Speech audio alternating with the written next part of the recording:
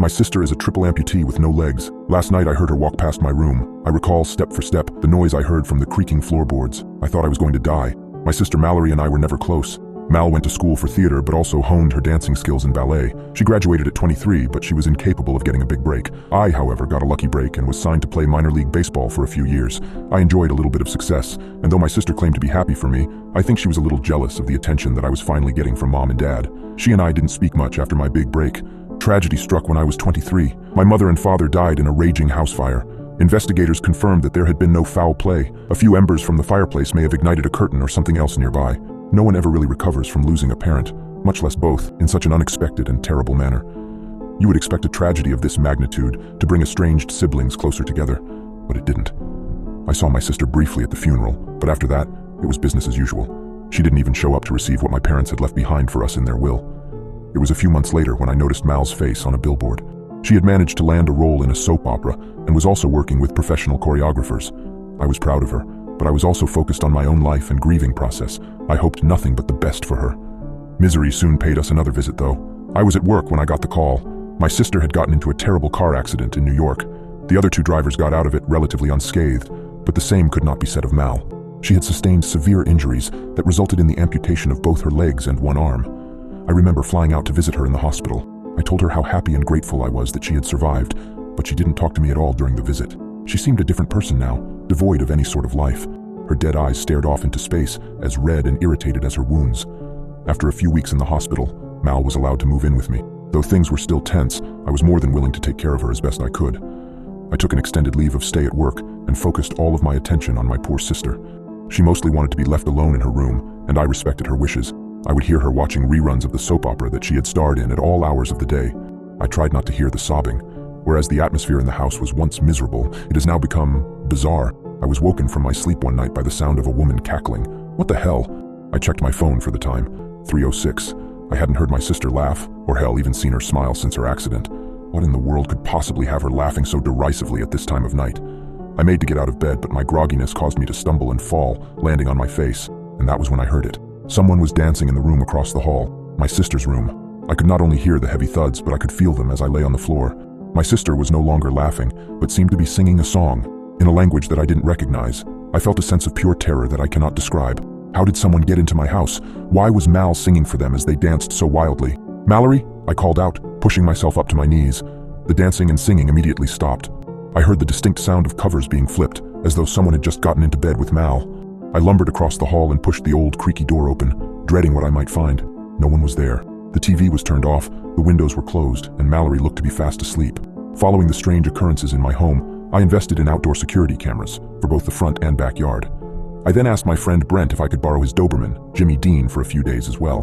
Once I came home, I fed Mal and went to go watch TV. I must have dozed off because the next thing I knew I was jolted awake by the sound of Jimmy Dean growling. I looked down at him on the floor and saw that he was standing up, tail and ears erect, his attention focused in the direction of the kitchen. The entire house was dark as I had left it, except for the TV. Still, I could not see what exactly the dog was growling at. I felt every hair on my body stand on end. Someone was standing there in the darkness. "Who the hell are you?" I yelled, and made to sit up. It was the strangest feeling. No, there wasn't a feeling at all. I struggled to sit up because I could not feel my legs. I tried to position myself with my hands, but my right hand was simply limp. I couldn't move it. I could vaguely see the silhouette of the person in the kitchen. It seemed to be creeping backwards as though trying to get out of my line of sight. "I see you. Don't run away from me." I went to grab my phone, but in my haste, instead ended up knocking it flying across the room.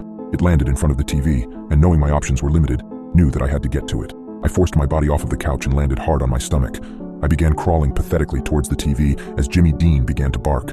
I truly believed that whoever was in my kitchen meant to do me serious harm. I was near my phone. Jimmy Dean had stopped barking. No, now he was running and swiftly up the stairs. I could hear his paws as he hauled up, but I remained focused on reaching my phone. I had just reached out my hand when suddenly my TV turned off, plunging the entire room in darkness. This meant one thing. The person had walked up to the couch to grab the remote. They were standing right behind me, goosebumps running up my arms. I turned to face my fears. That was the last thing I remember before everything went even dark. "It's totally your sister, right?" I woke up to Brent, whispering at me. I adjusted the ice bag on my head before glancing at Brent in irritation. "You ever wondered how she came up so quick in her career? I mean, she was good, but she had no real success at all until after your parents." My pain getting the better of me, I flared up. "Oh, come on, Brent, what are you suggesting right now?" Brent raised his fingers to his lips, shushing me. "Just tell the whole world, why don't you? You had success, but not the kind of success that Mal had. She blew up right after your parents died. Now you're losing control of your limbs, and someone has been roaming the house at night. This didn't start until she got here. We need to search her room. Though this all baffled me, I didn't have any other suggestions. Things had gone beyond mere intimidation. I had been physically attacked in my own home. It was about time to do some much-needed investigating on the only other occupant of my house. Brent bought sleeping pills, and I concealed them carefully in the macaroni that I had cooked. Brent left the house so that things didn't seem suspicious, and I went up to Mal's door and knocked politely. "It's about time. I'm starving here. Were you and Brent whacking each other off down there?" I entered the room and acted as naturally as I could. "Sorry, sis. I had a raging headache earlier. I made steak with mac and cheese for you, though." Mal's TV wasn't on today. She eyed the food hungrily, and I felt a pang of guilt for neglecting to feed her. Wow. What did you put in this, mac and cheese?" Mal asked, her blue eyes suddenly boring into mine. My breath caught in my throat. "It's delicious," I laughed, trying to hide my initial discomfort. I fed Mal and we made a little bit of small talk. By the time I was helping her drink her water, however, her eyes were drooping. The drug was taking its effect. The water was suddenly running down the side of her face out of her mouth, and her eyes were closed. She was out. I texted Brent that it was okay to come back and he was at the house in less than 5 minutes. Brent opened the closet while I rummaged through the drawer next to the bed.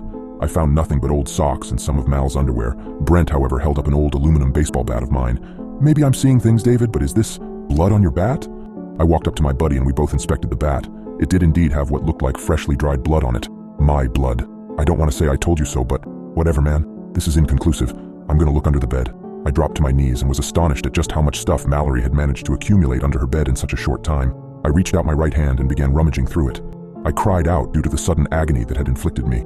My knees gave out and my hands suddenly went limp, both searing as though on fire. "You okay down there?"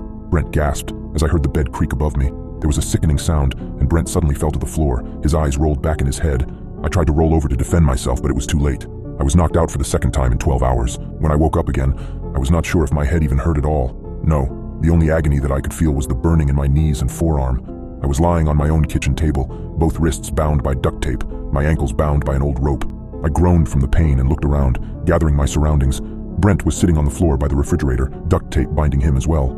He was still unconscious, but just as I was about to call out to him, I suddenly felt the pain in me flare up like a red-hot flame. Sweat running down my face, I stared at her in absolute terror, not believing what I was seeing. She still had no legs, yet her stump seemed to be moving back and forth as though she was in possession of phantom limbs. My limbs. She scowled as she approached me, slowly coming to a stop beside me.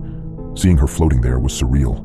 I wondered if I was still knocked out and just experiencing the worst nightmare of my life. "Why?" I managed to choke out, my limbs nearly preventing me to speak. "Because you're the only one left, David. When one makes the pact, both flesh and spirit must be given. I was only allowed to offer my soul. Mom and Dad were the blood needed to quench his thirst." "What?" Mal sneered. "Things went just as I wanted them to. Until I got into that collision.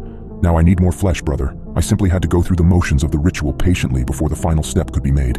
Now I can take them." "You won't get away with this. Your friend is the murderer here. He cut off your limbs and did God knows what with them before offing himself, or at least that's what the police report will say. I won't be able to stay in America since everyone here knows about my accident, but I can achieve fame in other places. I've always been a star, David. Now keep still." Mal bent down and stood up, holding what appeared to be a large rusted saw. "No!" I yelled, writhing about. Brent's arms closed around Mal's throat. She dropped the saw onto the table next to me in surprise, her face contorted into an expression of hatred. There was a growl as Jimmy Dean came bounding into the kitchen. He pounced upon Mal, who screamed out and raised her left arm to stop the dog from getting to her face. Brent, coughing, was briefly out of action. I found the duct tape easy to break through. Mal hadn't used quite enough, it seemed. I was still useless, however, due to my limp arms and legs. I watched as Mal seized Jimmy Dean with incredible strength and threw him through the window, sending glass shards flying everywhere. She then converged on Brent again, using both her existing hand and the one she was taking from me to strangle Brent. Panicking, I did the only thing that made sense. I grabbed one of the shards of glass and stabbed myself in my right hand. Mal screamed and released Brent. I raised the glass and stabbed myself again, then again. Blood gushed out all over the table. Mal turned to move toward me, but I reached down and stabbed the glass into my knee as well. She fell to the floor, wheezing in pain, and glared up at me. "How dare you? Those belong to me now!" Brent made his move, and I looked away as he snapped her neck. I heard Mal's body fall to the floor, and the searing pain in my limbs ceased. No, now I could only feel the puncture wounds from the glass that I hadn't felt before. I lay back on the table, sighing. Brent, Jimmy Dean, and I are okay.